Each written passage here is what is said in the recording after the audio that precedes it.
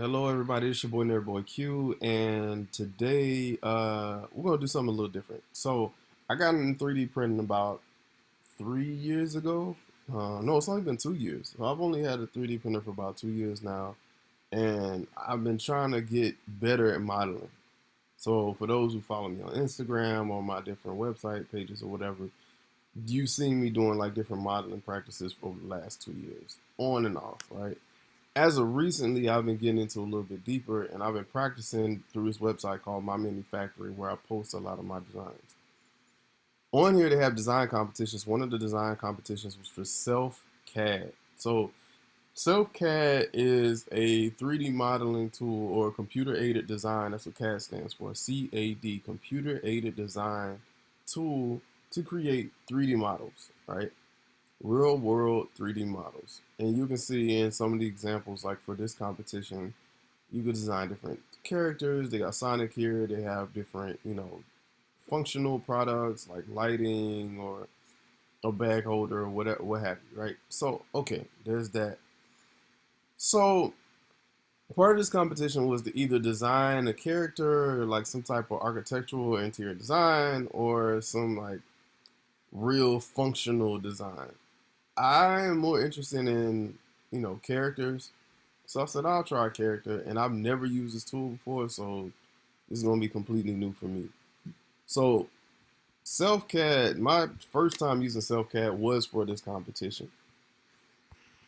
Most people who get into 3D print, I want to say they usually start off with something like Tinkercad, and you could think of SelfCAD similar to Tinkercad in the sense of it's online. It's an online browser to design models. And here is something I've been working on. So this is SelfCAD. This is the workspace, and this is what it would normally look like. Um, but I've changed mine up a little bit for my own preferences. So let's start off from the beginning. So let's say we're gonna start off with a new project. You call it whatever you want to say. Let's say blah blah. Right? Cool. And you say create. Now workspace size is literally the dimensions. It'll be a perfect square.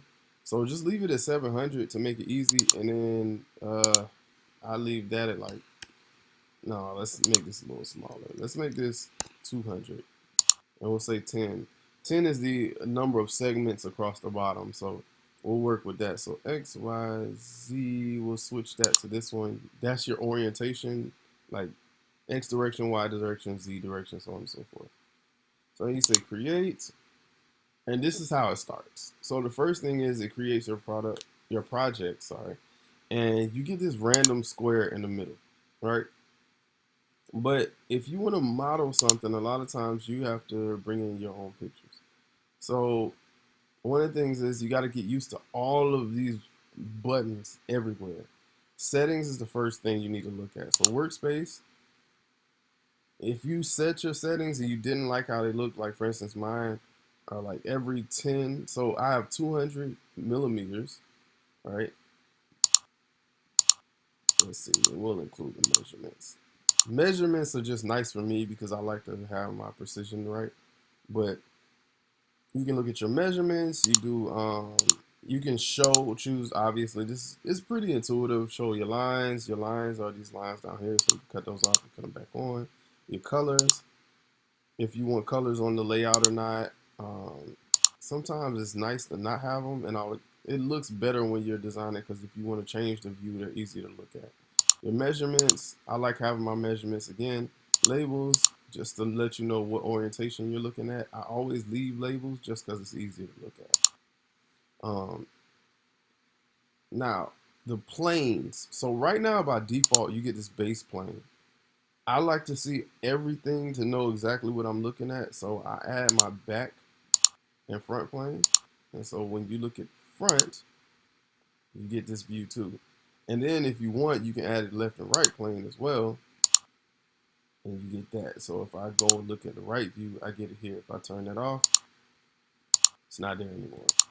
So that's why I keep that there. Now, you'll notice I have it in a dark design. Um, right now, I like it that way just because it's easier on my eyes. But if you want to change it, you can always go back up to your settings and go to preferences. There you go. And this is the default. It's this lighter view. Um, you can say how many, whenever you want to undo something you've done before, you can say how often do you want it to log, or how many previous moves actions do you want it to log. You can change the colors of your selection. So if I change this to a wire view, yeah, like that. And if you want to look around, you just click and pull, and that's left click and just drag. And you can turn it all around, or you can actually center it directly, or pick corners and things like that. So, and this is in 3D, so that's what's nice about this, and that's why I keep the base clear, so I can look at it from the bottom, from the top, and it's not skewing my view. So, what these lines are is like, okay, wire. If I change that to blue, obviously that's what it looks like. Highlight color, let me change that. You have to click OK. If I click on a line, let's say, here you can click on faces, edges, and vertices or vertex. Let's say I'm gonna click on my object. I'm gonna click on the edge for what mode I'll be clicking on for editing. I click here. So my highlighting is red. I like to have a lot of contrast because it's easier for me to look. And region, that's the region selection, but highlighting is pink. I pick these weird colors because it's a lot of contrast. It's easier for me to look. Hold shift to select multiple objects. Light mode, that's what light mode looks like. I didn't like that one, so I picked dark mode. And then you can change it off, right? The background and to the grid. I like it on the grid. It's easy to look at. And you can change from millimeters to inches. I use millimeters because most 3D printers, you're going to be doing measurements in millimeters. But you can always change it back and forth. It's not that bad. Okay. All right. So we're in millimeters right now. All right. And then you just click the check mark. Almost everything has some type of confirmation, like an OK or a check mark. Just click that. And now we're ready to edit. Now, like I said, you have edges, you have faces or polygons, and vertices, faces. And you'll see the alternate wording for it. Like if you hit faces, what does that mean? So when I click on my object, now it's checked. That's how I know I'm working on it. And I click on face, and that means I can select the different faces, right? And if it's easier to view it, you put it back in the solid mode, and that's how you click on the faces. So when it's red, like I said in my settings, that means it's selected, right? Cool. Those are the basics. I'm trying to think of something. Some of your modifiers. When you want to make organic shapes, usually you start off with basic shapes, and then you go to organic. So let's say I want to make this object round. I'll go here, and it'll give you a brief little tutorial or a little clip of what it'll look like when you finish. So what you're doing is adding to the dimensions of this. So you say, oh, increase. Yeah, now you have like a perfect ball. Let's make that solid. Now you have a smooth ball. You just went from a square to a smooth ball. So that's how you get that started. Now, this is how I got started. This is as far as I got. There's a million different things you can do. And again, you have to confirm it, but you can close this out. Start changes. And then you can go, you can move it, and there's all these short keys, so it'll highlight it so you don't always have to remember.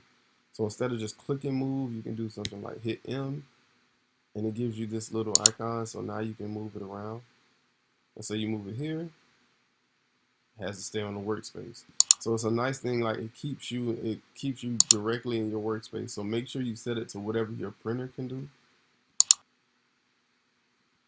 Then you have those modifiers, you have move, you have, let's see, rotate. Rotate's pretty self-explanatory.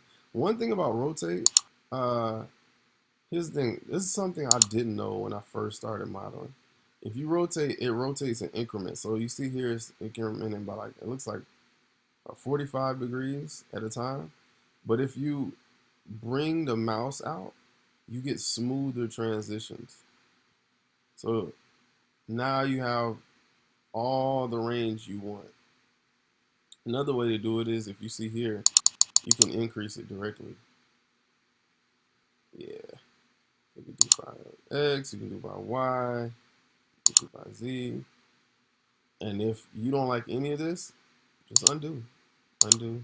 That's this icon right here, undo, undo. Perfect. Now we're back at square one. Yeah, there we go. So yeah, simple stuff. Some other things you can do. You can do some of your scaling. Scaling is pretty straightforward. One thing I noticed about scaling as well, if you scale, you can either use these dots, meaning it'll scale in whatever direction that is, which is really nice, or you can scale directly like this. However, one thing I noticed, I was trying to figure out, and I finally found something that helped me.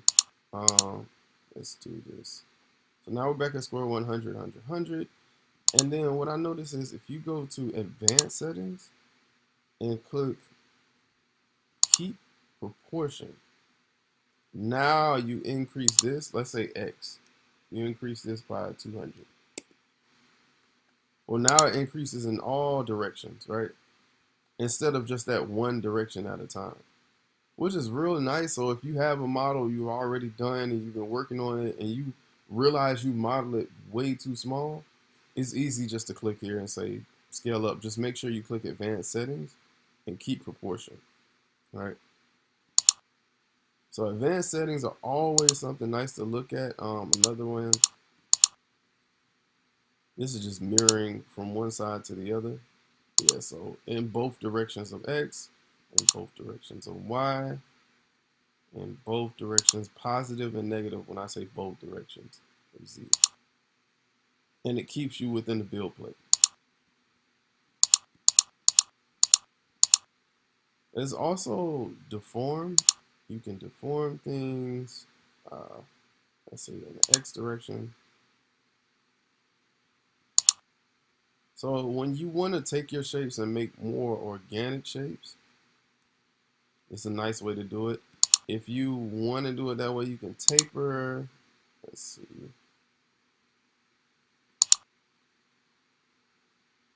Let's do this.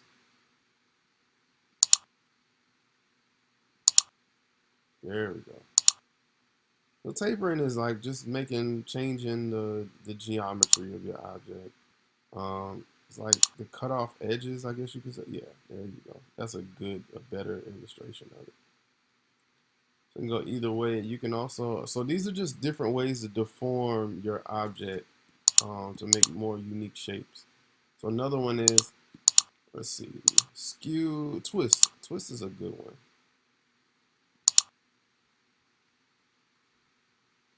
So twist is nice because you can get some really nice designs without trying much.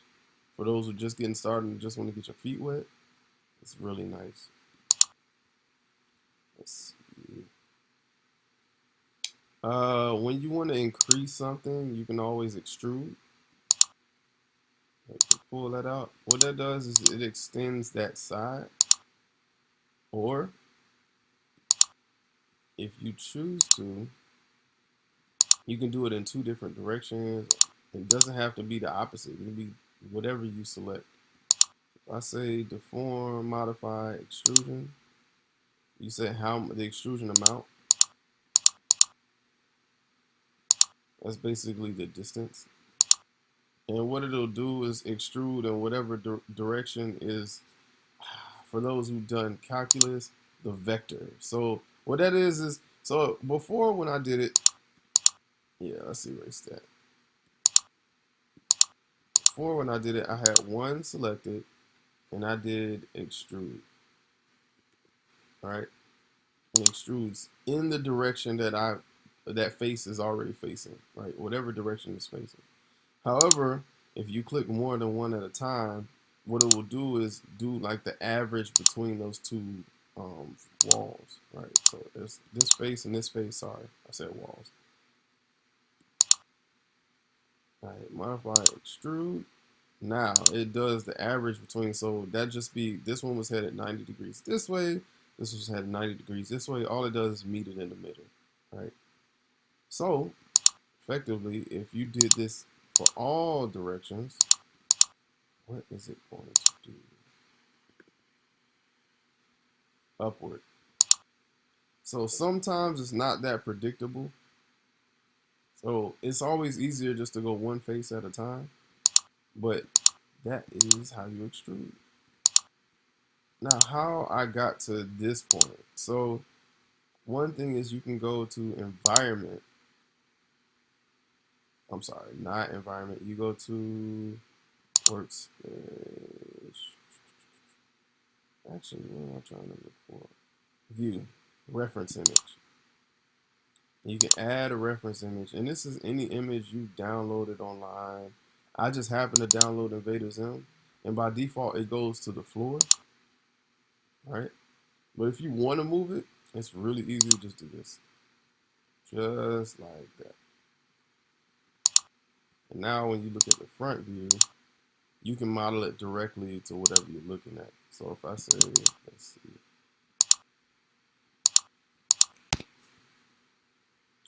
get rid of my mesh. Now when I look at my front view, this is what I'm looking at. What's nice about this, so I look at my back view, it only shows on my front view. So if you want a back view, you have to find a picture with a back view as well, and you can assign it. And you can always change the opacity so you can always see your lines, or you can rotate it. So if you wanted to have an angle or whatever the case is, and this is what's nice about this is you can always model to scale as closely as possible when you're getting started. This is a nice way to get used to scale because you have your layer lines and your measurements, you can see exactly how high this is. So this is just a brief introduction. If you guys want to see anything else, I can make some other stuff. But this was just a nice introduction to how I got to what I have now, which is, let's see, let's load this. And it keeps a history of all your models, which is really nice as well. Here we go. Yeah, like I said, this is new for me, so I'm trying to figure out how to get this clean. Because I'm used to desktop-based software, so I know with the browsers, they're kind of limited, but yeah, we're going to get there. We're going to work on it. All right, guys, thank you for watching, and I guess I'll see you on the next one.